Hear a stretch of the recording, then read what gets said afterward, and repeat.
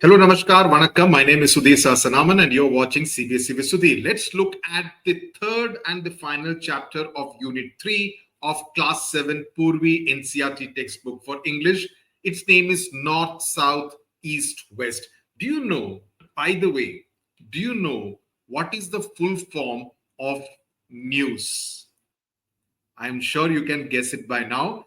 N means north, east means E means east, W means west, and S means south, which means that you get the information from different parts, right? And that's how the word news was formed. Okay, interesting, right? Now you need to write based on where you are living, whether it's a state, whether it's a union territory, which part of the country, its capital, tourist attraction, language spoken, food, the rivers flowing through your state. That's what you need to write down. This is something which is interesting. Now let's find out and let me check how much of India's geography are you familiar with. So what the question says is recall the names of the states in our country which have Pradesh in their names and mention whether it is in the north, south, east, or west, and recall any special feature about each Pradesh, right? So, which will be the first one? The first one, let's say, if we start from the north, we will talk about Uttar Pradesh, right? It is in the northern part of the country. The special feature is it's home to the Taj Mahal. It's home, the Ganga Nadi flows through it, and there are many tourist attractions, be it Prayagraj, be it Allahabad, be it Varanasi, etc. Then we can speak about Himachal Pradesh, which is even above Uttar Pradesh, right? Which is also in the northern part of the thing. It is home to Shimla, the hill station, famous hill station. It's known for its apples. Then you have Madhya Pradesh. Okay, you have Madhya Pradesh, which is in the center, the heart of the country, capital Bhopal, in the central part of it is in the center of the country, Madhya Pradesh.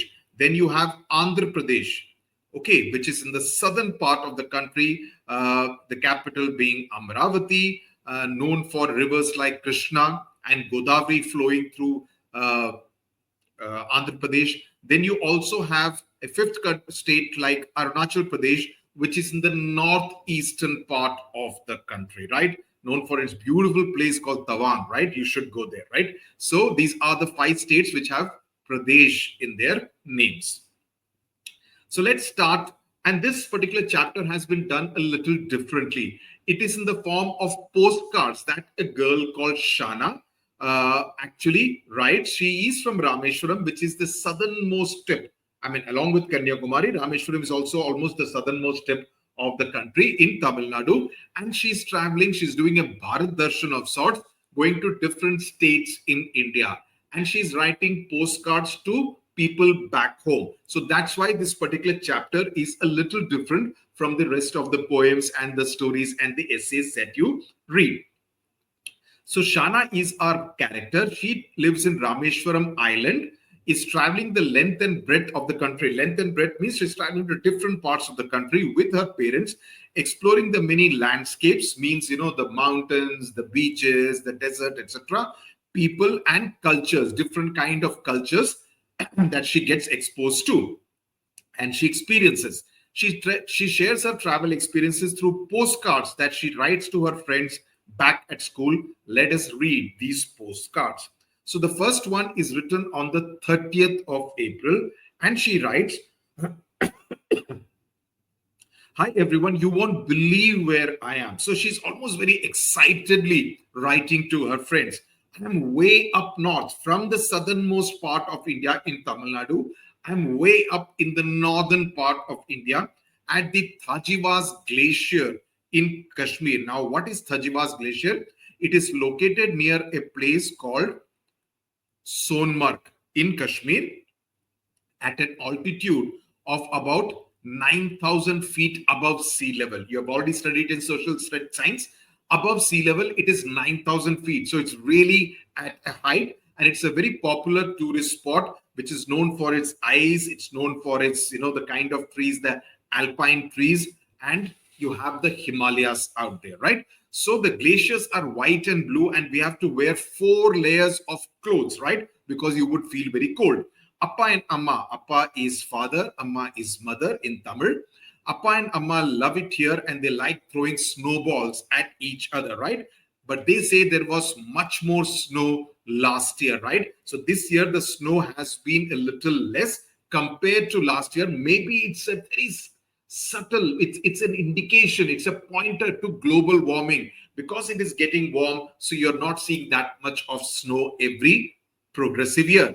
I also like the snow, but my hands are shaking from not wearing gloves, so I don't think I can write anymore. Send my love to PT Miss and library ma'am.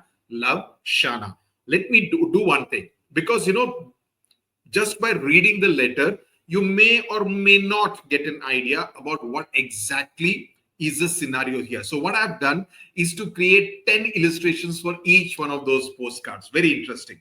So let's take a look at the first one. The one on the left hand side is what you see, right? So you have the Himalayas in the backdrop, right? You have the Himalayas in the backdrop, the Appa and Amma, and then you see all the eyes out there, and that's where Shana is, right? Now, this is the second postcard where she travels on her next destination, which is in Himachal Pradesh. We will read it and then we will see the illustration again so that you get an idea. Okay.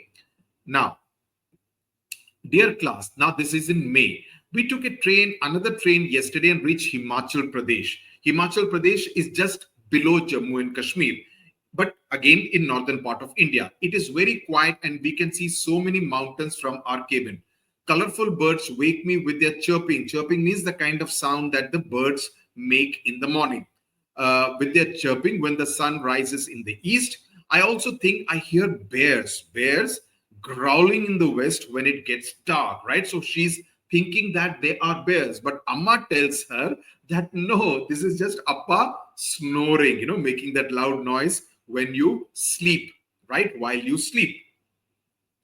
I would love to meet a bear and give it a hug. So she's imagining the bear almost like a teddy bear, right? So it is also using humor, kind of, about the snoring of the father. With love from your best friend. So let's look at the illustration. So you see the mountains in the backdrop. You see the birds, the chirping of the birds. And you see this bear also looking at Shana from behind the tree, right? So there are a whole lot of birds, etc., that you are seeing out here, right?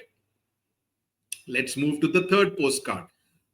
This is in the month of May. Hi everyone. Did you know that Arunachal Pradesh is far away from Himachal Pradesh? Because Himachal Pradesh is in the northern part of India. Arunachal Pradesh is in the northeastern part of India, known as one of the 7 sisters. Do you know which are known as the 7 sisters? There are 7 states in India which are in the northeastern part, and together they are referred to as the 7 sisters. Let me tell you, just for general knowledge, this would help you in things like some quiz, etc. The first one is Assam. If you know it, write it and then check it. Second one is Arunachal Pradesh.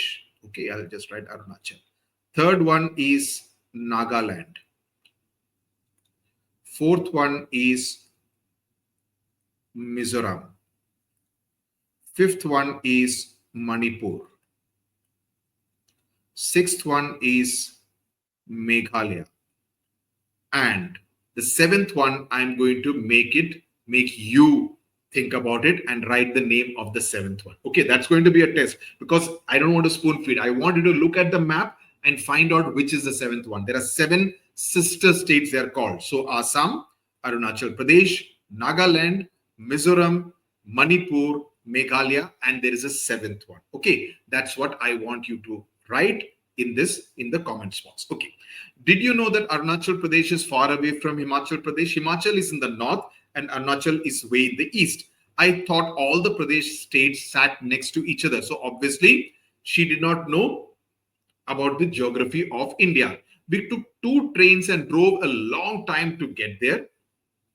This morning, we walked through a forest to reach our tree house. So there is a house which is on top of a tree, like you are seeing in the illustration on the left-hand side of your page. The forest here is so thick, so dense that if you blink or stop to tie your shoelaces, you will get lost, because your parents will go walk ahead and you will get lost, right? I love Arunachal the best so far, more than Kashmir, more than Himachal Pradesh, and I'm beginning to enjoy myself. I hope we get to see red pandas. Red pandas again. She's imagining that, oh, pandas must be here, red in color, and I would love to see them. So the forest cover is very dense, and she's imagining that red pandas must be living here. So let's look at the illustration that I've created. Look at this beautiful illustration. You can see the tree house on top of the tree and you climb a ladder. Just imagine how much of fun it would be to live in such a house on a holiday. And it's a dense forest. You can see it's very dense vegetation. And she's holding the hands of her parents as they trek through the dense forest. Okay. Then she writes the fourth postcard. She says it did not take any time at all from travel southwest. That is south in a southwesterly direction from Arunachal Pradesh and get to Sundarbans in West Bengal.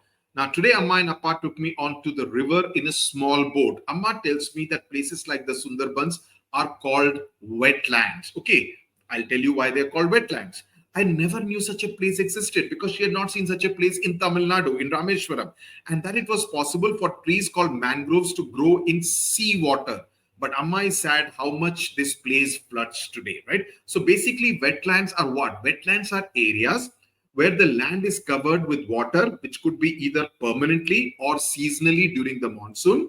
They include swamps, that is kind of a muddy kind of water and a bit of land, mangroves, which are rich in biodiversity. They are very specialized kind of plants which you should not destroy because they are found only in very, very few areas in the entire world, mainly in Bengal and Bangladesh. Okay. And they support both aquatic as well as land life, terrestrial life as well as aquatic life. So which is why the mangrove Sundarbans is such a fragile, because you cannot, destroy it and build buildings out there. No, you can't. You have to protect this ecosystem which is there in Bengal and Bangladesh. We also saw crocodiles and a lonely snake while boating. I hope they don't follow us home. So she's kind of using very innocent and childish humor. So the Sundarbans in Bengal, in West Bengal and Bangladesh, they form the largest mangrove wetland in the world. The largest mangrove wetland in the world. It's a very unique kind of ecosystem where rivers and mangrove forests meet. So forest area, rivers, everything is together in the same space. And there are different kinds of fish that you find. It is also the home to the Royal Bengal tiger. Can you beat it? You also find the Royal Bengal tiger. Shana did not find the tiger. She does not mention it. She mentions the snake and the crocodiles, not the tiger. And the advantage of this mangroves is that it protects the rest of the land from cyclones. So when the sea comes, this is like a protective barrier for the land from the ocean, right? So let's look at the illustration. This is the illustration that I have made for you. So you see the crocodile here. You see the lovely reflection in the water. You see a snake out there. And this is Shana. And she's also holding a notebook probably to take down notes while the mother and father are kind of doing the boating in the river. So you see the forest and the river kind of coexist. I've been through these kind of mangrove forests. It's a very, very interesting kind of an ecosystem. You every time the boat goes and there are these kind of different kind of plants, so you need to duck so that otherwise your head will be hit by the trees. So you need to duck so that you can go below. It will be like a canopy, low level canopy. Water will be there. You go through the boat and then you come out from the other side. Very, very fascinating. Now, another letter. Now from West Bengal, she travels across India, because if India is like this, this is where West Bengal is.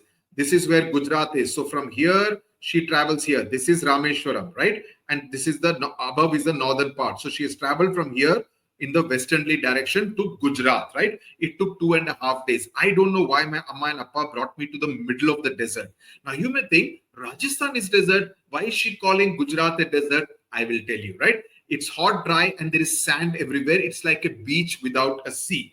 but I do really love the clothes here. They're so pretty and colorful. I'm sure you're all busy with your holiday homework. Amma gave me a surprise test today and I passed with 88%. So the mother is a strict mother. So here the desert that Shana is referring to must be the run of Kutch.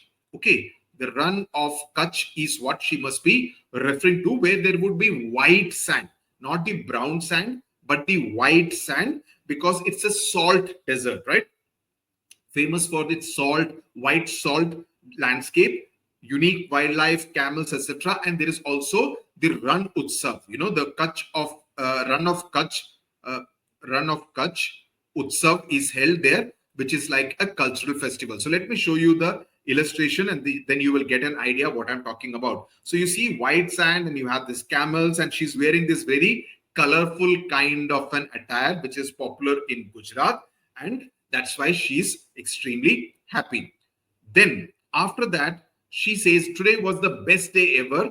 We drove east from the desert towards Narmada. So what happens is that if this is the India map, this is Gujarat, she travels towards the east, that is Madhya Pradesh, which is in the center of the state, because the Narmada river starts from Madhya Pradesh and flows into Gujarat and then goes and joins the sea, right?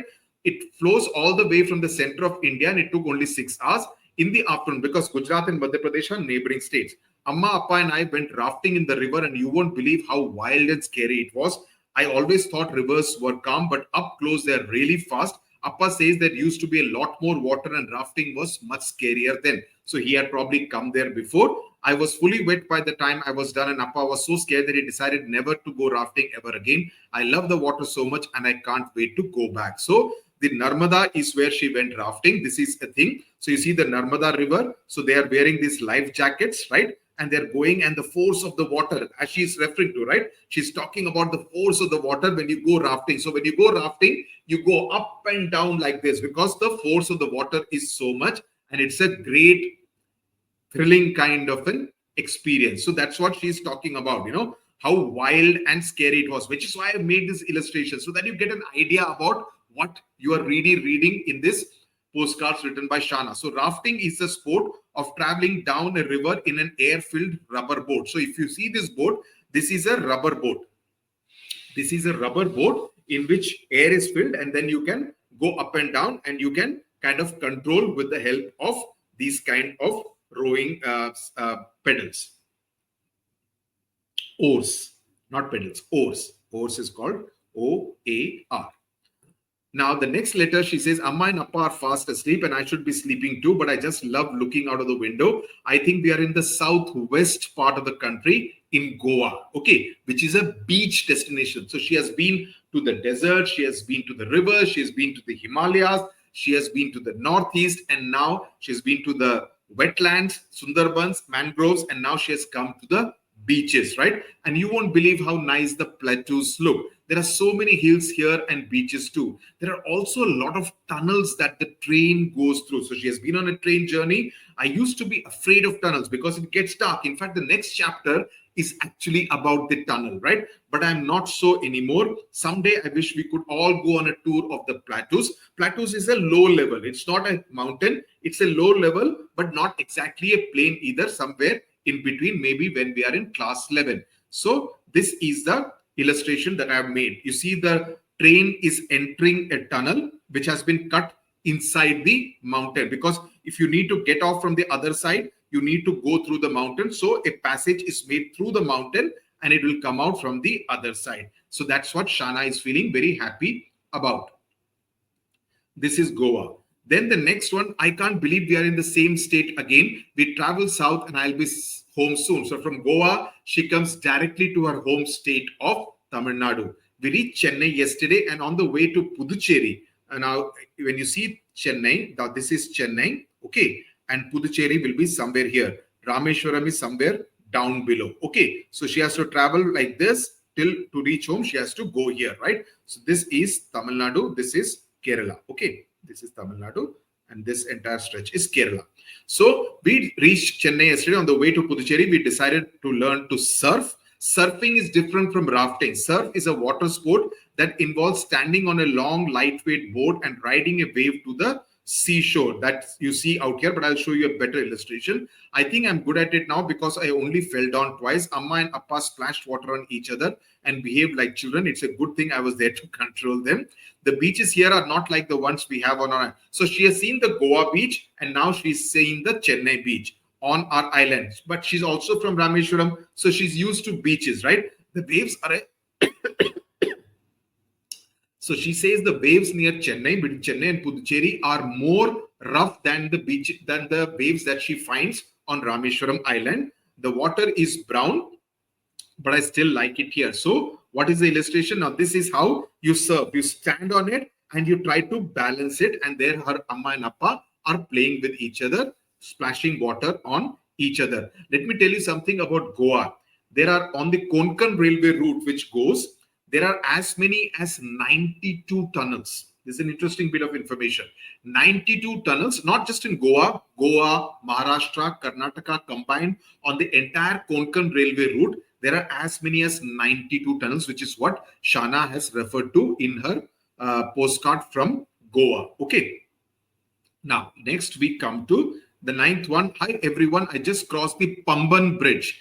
Pamban Bridge is historically very, very important because it connects Rameshwaram Island with mainland India. It is India's first sea bridge. Okay. It is India's first sea bridge, and it is famous for its what is known as the cantilever design. You can just know this for general knowledge.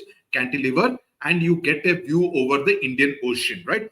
I just crossed the Pamban Bridge because she has to get back home. I could see the ocean on both sides. How amazing that a train can travel across the sea like that. I'm almost home, but I can't wait to give you my final letter. And this she's going to go and deliver it in person to the people, okay, to her friends. So this is how the Pamban Bridge looks. So on both sides, you see the ocean, Indian Ocean, and look at her expression. Look at the expression on Shana's face. She's completely amazed to see the ocean like that. And then what she does, he says, I thought Amma and Appa would be tired from all our traveling, but we made one last stop at the Olaikadu beach before we reached home, and I'm so happy we did. Now, this beach is just 2 kilometers from Rameshwaram town, so it's very near her home. Amma wanted to teach me how to dive, but they did not have diving suits of my size. So I spent the day floating and looking at the fish while my parents dove below me. We found all sorts of pebbles on the beach, and I can't wait to give it to you in person tomorrow, that I will give them as gifts. So pebbles are small, smooth stones. Diving means underwater diving. So if you see, and the past tense of dive will be dove. So this is how it is. So she's floating above in the water while her parents are there below, and you can see all the aquatic life here, and the sun is shining bright, and this is how all the coconut trees that you find in the southern part of the country. Interesting, no? And then this is the illustration which has been made in a textbook. The final one is to her Amma and Appa. Okay, I can't believe we traveled across the whole country. I know we are going to miss visiting the forests, glaciers, deserts, wetlands, plateaus, mountains, everything, tunnels and all that. And we are going to miss hearing all those languages. What are the languages she would have seen? She would have heard Gujarati. She would have heard Kashmiri. She would have heard Goan or Konkani language. Tamil, of course, in Tamil Nadu. So Hindi in Madhya Pradesh and in Himachal Pradesh. So she would have heard different kinds of languages. And we are going to miss hearing all this Bengali in Bengal, in all those new languages and meeting all those different people. But we are finally home now and we can join our friends again. I hope we get to travel like this again, and maybe next time we can take our friends with us. So this is a letter of gratitude and thanks that she has sent to her parents, and she's really very happy with that entire experience. Okay, thank you very much. I hope you enjoyed this. I hope my illustrations also made the entire process experience of reading the 11 postcards written by Shana more enjoyable, more relatable because of the illustrations, because I always believe in a visual kind of experience, right? Thank you very much. Tata, bye-bye. With this, Unit 3 is also over. Now we will get to Unit 4 and then Unit 5, and we will finish the entire English syllabus. Tata, bye-bye. Thank you very much. Share the videos and subscribe to CBSE with Sudhir.